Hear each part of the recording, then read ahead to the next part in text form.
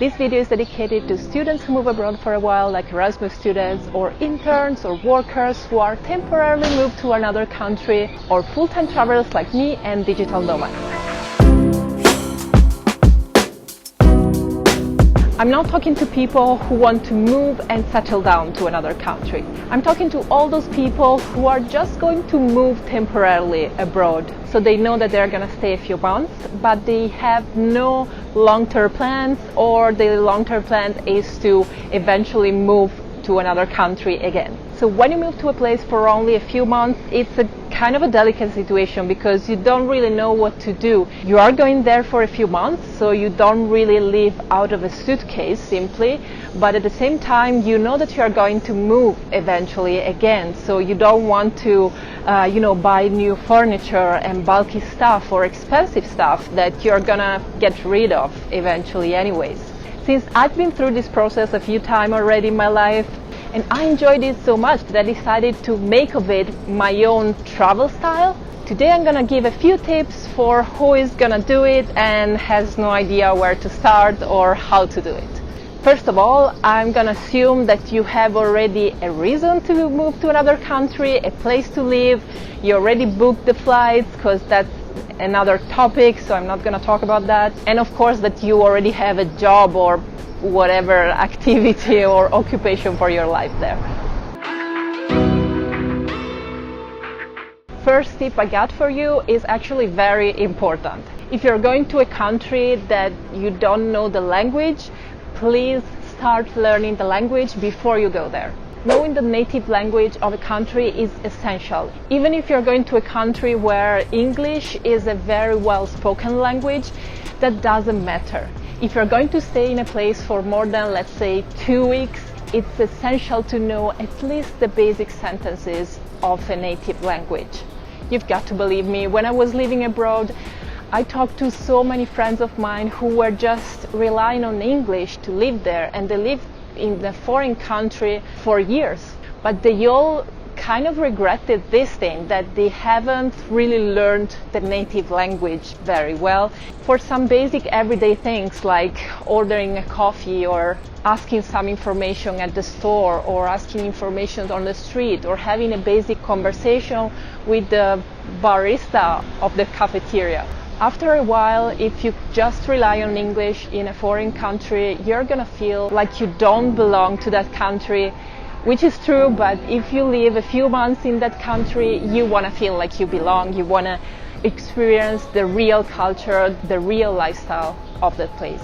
So please, if you can, start a couple of months before moving, attend a language course, start talking to people, attend languages cafes, find a tandem partner, hang out with native speakers of that language. There are really many solutions for you if you want to learn a language, even from your own country, before going there. Let's go to a critic part now. The days before the big days, you're going to start packing and planning your luggage for the moving. Now, as a full-time traveler, I am an expert in ultra-light packing. I made videos about that. I usually travel for months on a carry-on only, but this time it's gonna be different, because if you are actually moving to another country and staying, settled down in one place with your own apartment for a few months, you don't wanna go ultra-light, absolutely not. In fact, I suggest to bring a little bit more stuff, maybe a bigger suitcase, a smaller suitcase and a small backpack. You want to bring a complete set of clothes for any kind of occasion for that season, and also don't worry about bringing a few of those utensils that you use every day and you feel attached to. It could be something to, I don't know, prepare your breakfast in the morning. Some people have that little matcha bowl with a whisk. Maybe you can bring that, because if you arrive there, then you don't want to buy a new one, and having your old one from home is gonna make you feel a little bit more comfortable, especially in the first days. Or maybe you want to bring your, I don't know, favorite towel, or maybe you have a special pillow that you use at home. Of course, don't move with your own apartment on your shoulders, but keep in mind that taking a few objects and utensils that you use in your everyday life that are not necessary but you feel attached to is gonna work fine way better than going for an ultralight packing in this situation. I think that the first thing that anyone should do after arriving in a new country is to go to the first telephone company shop and buy a new SIM card. This is also what I do every time that I travel for more than 1 week in a place. We cannot live without our smartphone anymore, and if you want to look up at an address to go somewhere, or you want to have some information, or you want to find a good cafeteria, for all this stuff you're gonna need an internet connection. So I highly recommend that first thing you do, you take care of your internet connection, both on your smartphone, which is, in my opinion, the very first thing that you should do, but also the Wi-Fi at your new apartment. If it's not active yet, then I suggest you to take care of it within the first 2 or 3 days of your staying there. When you move in your new living space, it could be a whole apartment, it could be a room, it could be whatever the case is, you wanna personalize it a little bit. Especially if you tend to be homesick, then I suggest you to just put something in this new space to make it personal, to make it feel from day one your new place. And this could be, as I told you earlier, something that you brought from your previous place, or it can be something new, something that you're passionate about. Maybe if you're passionate about plants, go right away in the first plant shop that you find and buy a small plant. Put it in a nice central place of your apartment and you'll see that's gonna make you feel already way better. If you need to get new utensils, cause maybe the apartment you moved in has no utensils at all, maybe you will need a hair dryer, the towels, pan and pots to cook, even fork and knife and a plate to eat on, a vacuum cleaner, all the stuff to clean the place. Then you're gonna spend the first 1 or 2 weeks purchasing all this stuff. But the problem here is that you're gonna stay in this place only for a few months. So you don't wanna go and buy everything new if you know that you're gonna get rid of this stuff anyway. It's gonna be expensive and especially it's gonna be wasteful.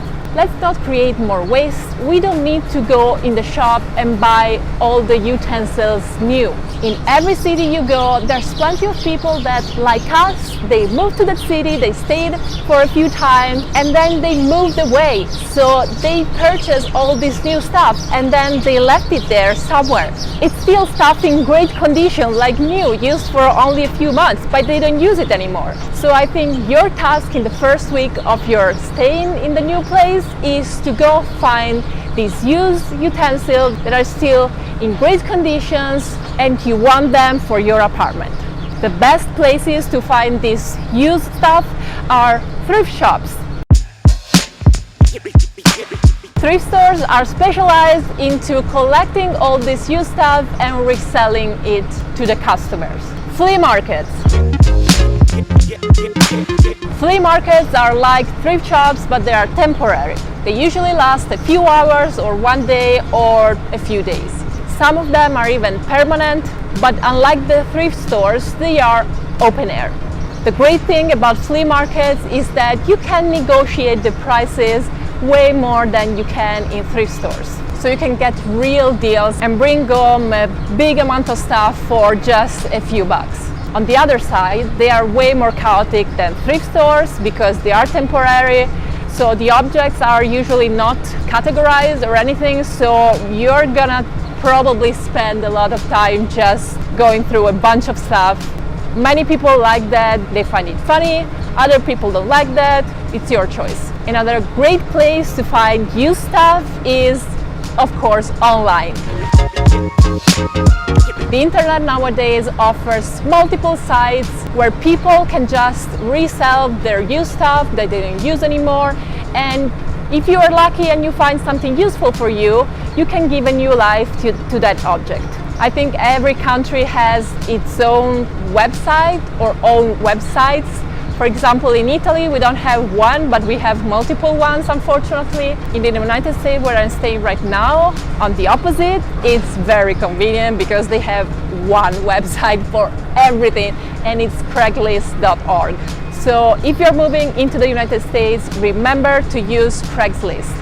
It's fantastic. I adore that website. You can find lots of scams, but if you use a little bit of critical mind and some common sense, you are going to get so many good deals. If you need something that it's fairly impossible to find used, or it's not convenient to find used, then you're going to have to buy it new. And since we don't want great quality stuff because it's gonna be temporary, then it's better go to cheaper shops.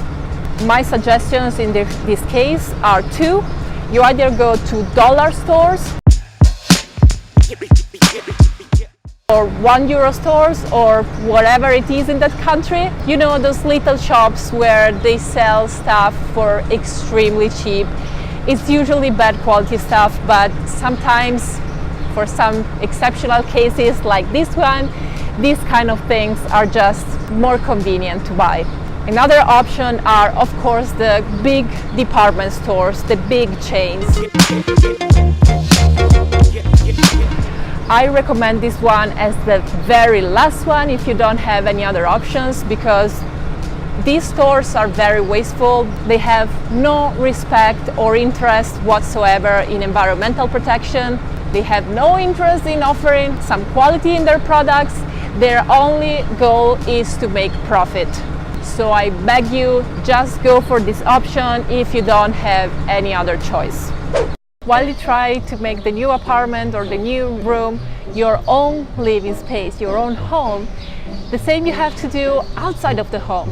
So you've got to get to know the neighborhood. And to do so, the best way to do it is, of course, walk around, and while you do that, find your best places. Pay attention to those little spots that could become your new habit spots. The cute cafeteria around the corner that makes that fantastic coffee, for example, or that delicious bakery 2 blocks from your apartment. Your favorite grocery store, of course, that's very important. Or that place that makes great sandwiches for lunch. Everyone has its own basics. I don't drink coffee, so I don't really go to cafeterias, but for me, a basic is, together with the grocery store, the drugstore. Also, an essential for me is the nearest public library, because I always go there to have a quiet and comfortable space where I can work on my stuff. Another thing you're probably gonna need to know is their nearest bus stop or subway station, or if you are like me, you love biking around the city, the nearest bike shop and bike workshop. The next tip is gonna be a bit peculiar, a bit strange, but it's a very great one in my opinion, and it is to attend a class. A class of what, you're gonna ask me? It doesn't matter really. Attend any class you want, any free class or not. You can do dancing class, sewing class, learn a new language, learn the language of the place you're staying in, bike fixing class, gaming class, vlogging class, filming class, photography, whatever you want. The subject is not important.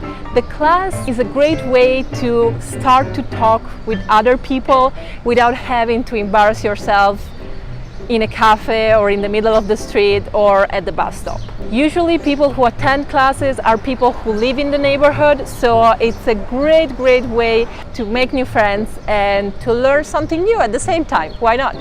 The last and probably most important tip that I will give you today is to socialize with others as much as you can. Every place, especially if you go to cities, is made by people.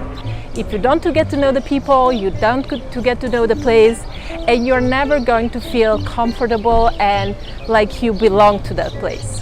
And the only way to socialize with other people is to be brave, to embarrass yourself and start a conversation from scratch. Because you can't always wait for others to come to you and start a conversation. Sometimes you have to be the one who makes the first move.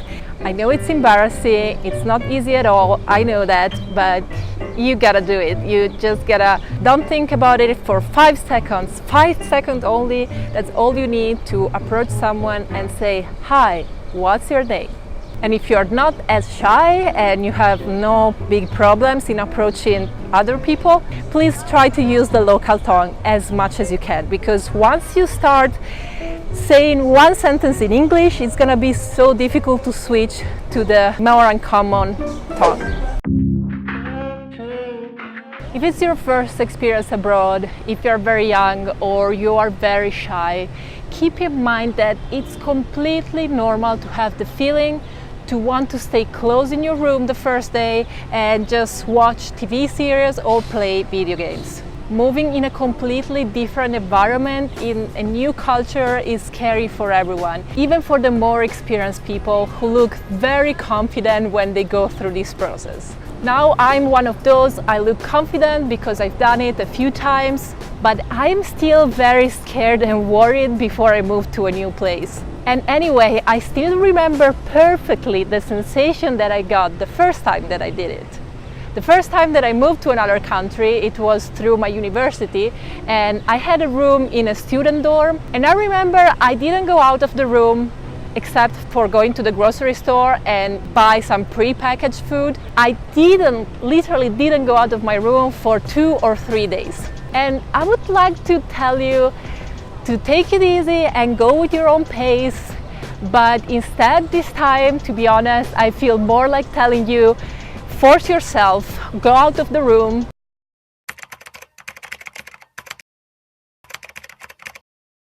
The fact is that there's really no reason for you to stay in that bedroom, to keep staying in your shell. You're gonna have to go out eventually, and the more you hesitate, the more you're gonna be scared.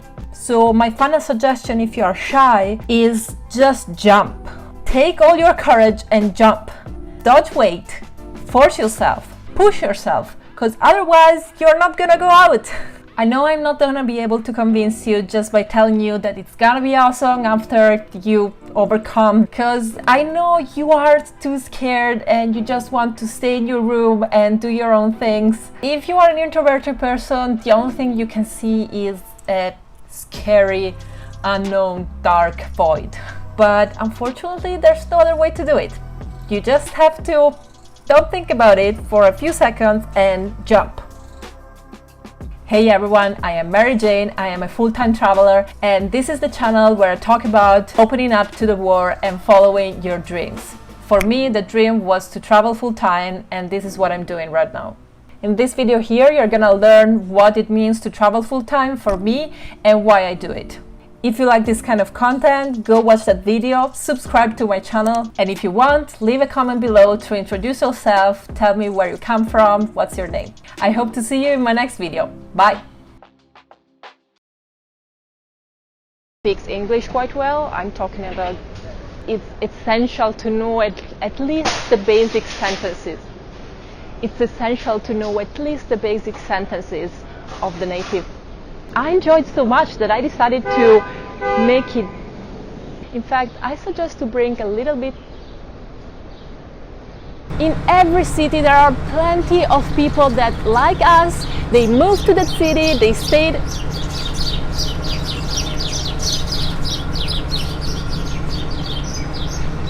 Everyone has its own basics.